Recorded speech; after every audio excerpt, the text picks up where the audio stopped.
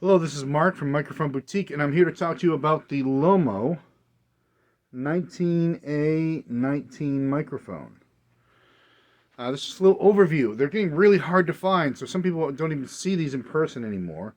They are made by Lomo in St. Petersburg, Russia. They were discontinued in the late 70s. It's a tube microphone. It's a compact. It looks like a handheld, like a Shure SM57 kind of mic. It's almost a little smaller than the Shure.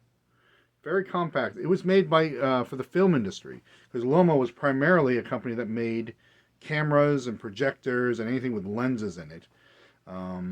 But they also had a microphone division, and this is one of their microphones. So the capsule is located right here, right behind this part. So there's not a lot of front head basket and a lot of rear head basket, and that really has something to do with the Lomo sound.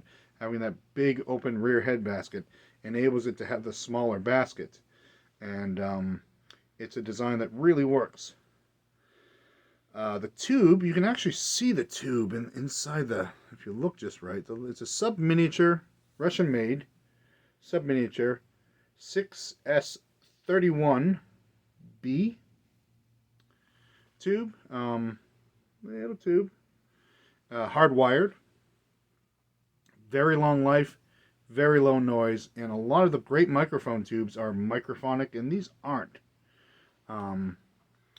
So low microphonics. So like I said, it's made for film and television. It's made to be, stuck away, like overhead mic kind of thing, boom work.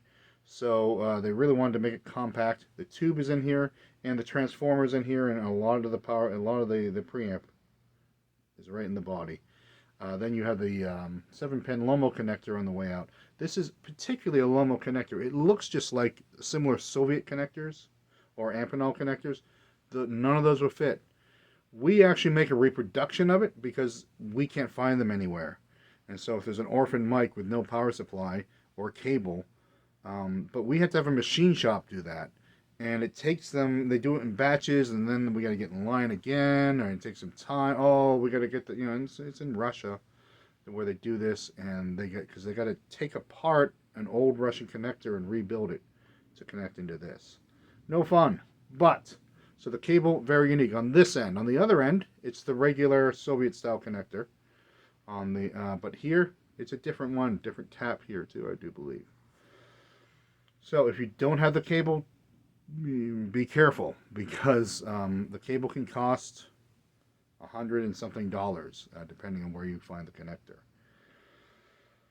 The power supplies commonly went bad. The mains, power transformer, they used dissimilar metals. They had some kind of design flaw. Dissimilar metals touching each other that over time would corrode, and half of them are dead. Another 25% are the original power supplies, and the other 25 are made by AEG in Moscow, our partner company that that does some manufacturing for us, because they are and they've been making for 20 years, 20 something years now, and a lot of the ones that you see out there are actually the later AEG one, and it's kind of better. And this is why. Tube microphones, I love them. Tube amps, I love them. And a tube amplifier, you want a tube rectifier. You want that push, pull, sag kind of thing going on. And a microphone, you don't want your voltages fluctuating. You don't want sag. You want a nice, beautiful, even sound. And the modern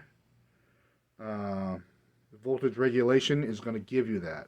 You can dial in your bias voltage and it stays there. It's a precision instrument, this microphone. Don't be fooled by its odd Soviet look and sometimes odd fitting parts. These microphones are tremendous. What's it sound like, you might ask, if you haven't heard one? Very present, very radio ready sound, mostly because of the tube and the transformer. Very different, kind of based on AKG a little bit, but nothing's quite like it. That's why they're so overpriced.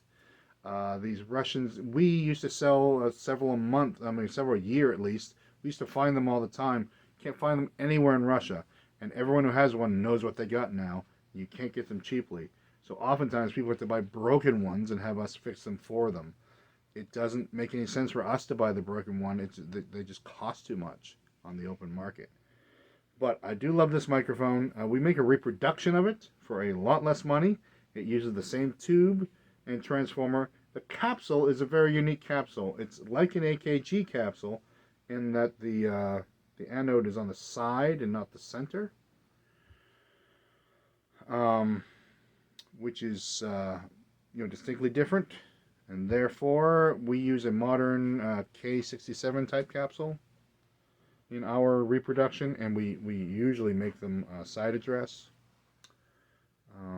But we also have ones that we build into front address. Like I said, that back, the large area on the back, the very open sides of the back plate of the transducer.